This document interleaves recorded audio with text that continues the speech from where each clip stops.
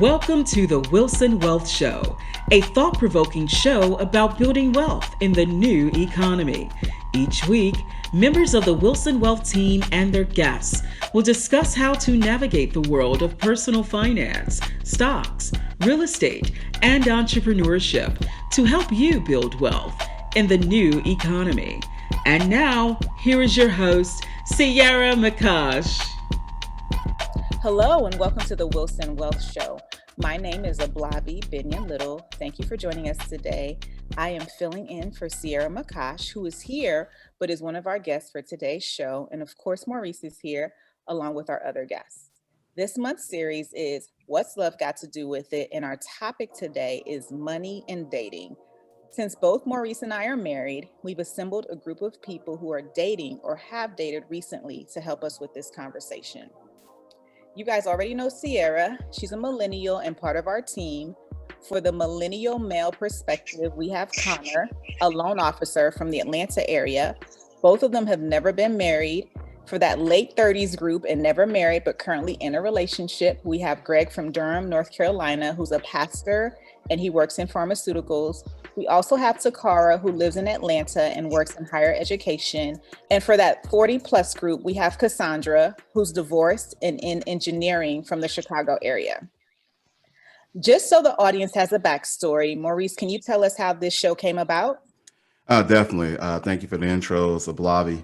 Yeah, early in my career, I had a client that I picked up right out of college, and he was dating still in his early 20s. And he said, you know, when I date now, I'm asking for credit scores. And I thought that was definitely a problem if you were trying to build a relationship with someone that you're asking for credit scores. Now, this is back when people were learning what Equifax was and knowing what the two other bureaus were, and kind of in the early days of the internet. So it wasn't quite a given to ask for someone's credit score. It was likely that they didn't even know what their credit score was. So that always stuck with me as I went forth with my career. And as we wanted to take a look at relationships and the role that money plays in 2021, that came up. I said, well, let's talk about dating, because, you know, you're going to enter into a relationship with someone that might end in marriage or divorce. And so finances are a big part of that. So that's how we got here. Wow. I cannot believe this guy was in his 20s. I didn't know that. That's amazing. I got exceptional clients, Ablavi. Clearly, absolutely. So asking someone about their credit score before going out with them is definitely a unique approach when dating. Ciera, at what point do you have a conversation about credit when you're dating someone? Right. So I'm going to be honest with you guys. I am 25, turning 26 this year, and that has never happened. I have Of course, 'cause you're normal. Yeah. I've never once asked somebody what their credit score was before, during, none of that. The only time it ever came up was in my last relationship. We were planning on moving in together, so it became relevant, of course. And of course, before marriage, it would definitely be relevant to find out your credit score, debt, stuff like that. But I think that it's especially unique because I am in my 20s, and people in their 20s are kind of all over the place. We're all in different parts of our lives, so it's kind of hard to say. Somebody might not even know what credit is. Somebody else might have fantastic credit. You know, it really just depends. I feel like that's something that will come up now that I'm in my mid to late 20s. And it's definitely something that I'm going to ask whenever I want to be serious with someone. Sure, definitely. So Connor, as a loan officer that sees the impact of credit in your line of business, when does that conversation come up for you? Gosh, it's when I can talk about when I go on dates, or when I'm dating someone. So when you're dating someone, yeah. Yeah, I mean, I would say that it really wouldn't come up until probably way later, you know, in the relationship, like Sure. closer to engagement. But it's funny, you know, being a loan officer, all I do pretty much all day is look at people's credit, right? I pull credit and, you know, prepare loan applications and things like that. So the interesting thing I think that I see is that it is still important, though, to know kind of what somebody's doing, because I think it's generally a really good it's really generally a good sign to show how organized they are and how kind of on top of it they are. And so I, to that first quote about the client, I totally see why he would want to know that on the front end. But I guess, ultimately it really doesn't matter, because I think, love is love. And if someone didn't pay their bills on time, it's really not really going to make or break the relationship. Oh, this is going to be good. It's a good point. It's a good point. Yeah, definitely. That's my viewpoint. No, I totally get it. I am a hopeless romantic. So I definitely understand that. But I understand the other side of it, but I'm married, so it doesn't really matter what I think. So moving right along to Toccara, what is your take on it? So for me, I don't think it's necessary until like we're building something. We're working towards building something, which means we're probably engaged. Okay. Because typically for me in dating, with my experiences, I never really, and it was never brought up, not until I actually was engaged and we brought it up in premarital counseling. And I really can't judge. I don't really have any credit, and I'm 39 years old. Like, I'm still building my credit because I've never had a credit card. So oh, wow. I didn't know no credit was worse than bad credit. So I now have a car in my name and student loan debt. So I'm slowly building, but I've gone my whole life without a credit card. So, I mean, I've survived, so I don't really need it, but and I'm trying to buy a house. So they're like, oh, you need it. You need some credit, but my credit's not bad. So it's not, you can't have bad credit though. Like if I need you to co-sign on something, like your credit can't be worse than mine. So I just need it to be equally bad as mine, if that makes sense. the new yoke, the new equal yoke. Yeah. Yeah, that's it. That's how I feel about it. Got it. Okay. So Greg, what are your thoughts? My thoughts would be, first of all, it's very important how a person handles money. So in terms of knowing a person's credit score, I don't have to know your credit score off the bat, but what I'm more interested in is what are your spending habits? And if you pay attention to a person, it's very obvious what they spend their money on. And, the Bible says that, where your treasure is, there your heart will be also. So it's very important to know what a person spends their money on, a person's spending habits, financial habits, because as we know, one of the number one reasons for divorce is financial matters. So my thing is, I can't say on a first date I would bring that up, but on any date, I'm getting information, I'm getting data. So in terms of with me, we all date different. I don't date just to date. If I go out with you, even on a first date, I've seen something in you that I like, that has piqued my interest. So I'm serious from day one in terms of this is not just a random outing. So I don't approach dating very lightly. With that being said, I may bring finances up on a fourth or a fifth date, but organically, because my thing is, I want to see where your head is at. I want to see what you're about, and I want to not waste my time, because how you spend your money will affect this relationship. How you spend your money will actually even affect how you love me, because again, where your treasure is, there will your heart be also. So I want to know how important money is to you. Credit score speaks to how you handle life. So if I don't know that, then I do not know you to be a great potential partner. Strong. Yeah. I feel like an amen needs to go after that, but okay, that's awesome. That is awesome. Definitely. No, definitely some good points that I agree with. What's your perspective, Cassandra? So being, since I've been married before, and I have experienced the financial, how two people can come into a relationship and have maybe a different financial beginning, or different financial knowledge. And then I've also seen how you can grow together and you can uplift one another. Very similar to what Greg said. In the dating stage, there's so much information that you can glean just from paying attention to people, the things that they say, their actions, their behaviors, their patterns, their habits, what their hobbies are and things of that nature. If you have a hobby like knitting, that might not cost so much money. If you have a hobby like skydiving and motorcycles and, sailing, those things cost money. So paying attention to that can be very informational. Ultimately, similar to what Ciera and Connor said, it's most definitely a conversation that you can bring up. You don't have to bring up early on, but generally it comes about in some way, shape, or form, especially if, like Greg said, you're dating with a purpose. If you're not dating out here just to have fun, then you do ask pointed questions about specific things that are important to you. If you are dating just to have fun, then that might not come up so early. But if you move into the committed stage, then that's the time when you would most definitely want to start having these conversations, especially if you plan on living with each other. And I'll be honest, I would not advise anybody to join any type of accounts before marriage is set.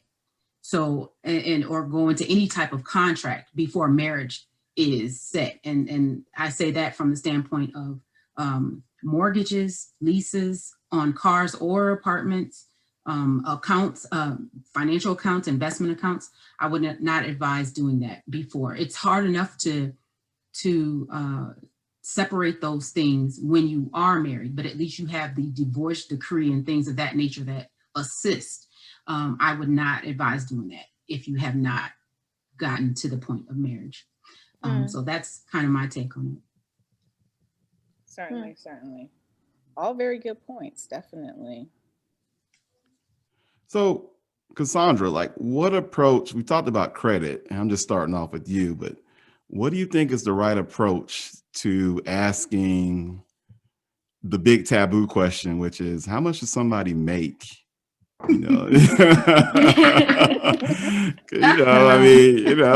Because they could be part-time at a major corporation and you're full-time, but you can't just go off LinkedIn. So when do we pop the big, how much you bringing home question? So I think that's most definitely a little bit later. That is most closer to engagement, most definitely in the committed relationship phase, sometime in there. And how it can be brought up, some people are very just straightforward and like, hey, look, so I need to see a pay stub. Other people will do a little bit more digging you can kind of get an idea.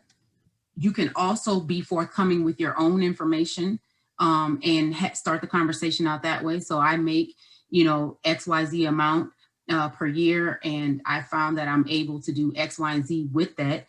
What about you? And so, so that at least they don't feel like they're put on the spot. A lot of times if you're asking for, what can be sensitive information, it helps if you're willing to drop that information first. That may or may not get you the response that you want, meaning them telling you what their actual salary is. But I think most definitely if you're talking about marriage and if you are moving in that vein, then yes, that if it's not already known, it should then be asked outright. Okay, because at that point now you have to start deciding how you're going to manage a household. What kind of household can you afford to have? And so you have to start doing the math on that. Definitely. So basically, I'll show you mine if you show me yours shortly before you pop the question, is what you're saying. And now what about you, Toccara? When do we ask how much they make? So this is funny. I had this conversation with someone. So I don't necessarily ask. So I normally say, I ask, if we're dating, I'm asking you so what do you do? And so, from an HR perspective in my head, I'm averaging out what your salary is based on the state that you live in. Because for Georgia, if you're an engineer, you're probably you're starting out at $60,000. So that's what you're probably making. So I'm going to make an assumption first. And then we can have that conversation if our finances are affected once we're engaged. I'm not going to ask you that straight out because I'm not going to tell you how much money I make. You can assume, like some people I know who assume what I make, but you don't really know. But I don't think that's something you should worry about if you're in the dating stage, because it's not important. Like Cassandra said, once you're like committed and serious, I think that comes later on. But I mean, it doesn't really bother me if I don't know how much you make. Like, we file taxes together at some point, so I'm going to find out. It's not a burning question for me. Okay. Greg, the ladies want to wait till right before engagement. What's your take on it? When do we ask how much she makes? Well, I'm definitely going to find that out prior to engagement. As my sister said, though, I agree with her in terms of a person tells you what they do. And generally ballpark salaries are kind of public information, so you can kind of get a ballpark figure what a person makes depending on what they do. But as I said in my first response, I'm still more interested in your spending habits, because I know doctors and lawyers whose lifestyles do not reflect what they make. That's because they're poor money managers. So I'm going to look at things like how you live. Are you a homeowner? Are you living a comfortable life as a single woman? Because if you're not, then together we can't be comfortable. But if you're living a comfortable life as a single woman, regardless of if you make, 30 grand or 80 grand, my thing is, if you're living comfortable and you're self-sufficient and supporting yourself, then that for me is enough to have a solid foundation for you and I to possibly be an item, But I'm definitely going to know what you make prior to engagement, because for me to ask you to marry me, I have to know that you feel comfortable enough sharing anything with me. So we should already be open and honest within this relationship. I believe in a thing I always say, it's fellowship, friendship, relationship, courtship, marriage. And depending upon what ship that you're on, should depend upon what we're sharing and where we're going. If this is we just met each other, then we're in fellowship. So let's just greet the fellow on the ship. Let's see if we can have a friendship. Well, within a friendship, you should have a close enough bond where you begin to open and share things on a friendship level. Should you two develop romantic feelings and enter a relationship, then again, ships have a destination. My destination is marriage.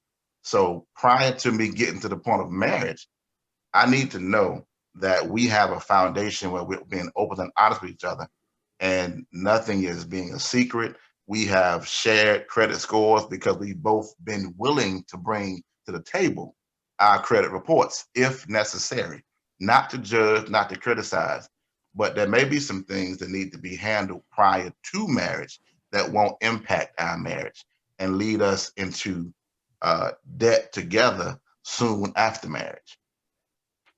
That's my take on it. Ciera, you have the unfortunate task of following that response. Yeah, because Greg has got a show coming out on something soon. Because I've heard stuff I have never heard before. I've never strung those words together. I was just thinking that. I'm not gonna lie. I was like, dang, I gotta follow that. All right. Connor's sitting there like, hey, that's not me. so Ciera, all right. So Greg is not only gonna use context clues, he's also got a plan that I actually really like. And Toccara and Cassandra are going to wait a little bit later.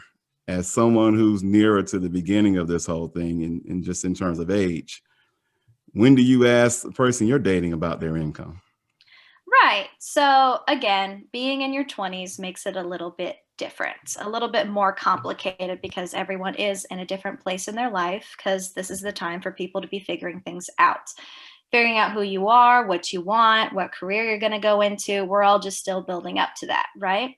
So personally, the salary does not matter that much to me when I'm dating someone as I am in my 20s, because I want to know more about what they want to do and what their aspirations are. And as long as our aspirations and what we want to do and our goals in life line up, and I know this person well enough to trust that they will go through with all of this as I will go through with mine, then I don't think that we're going to have a problem.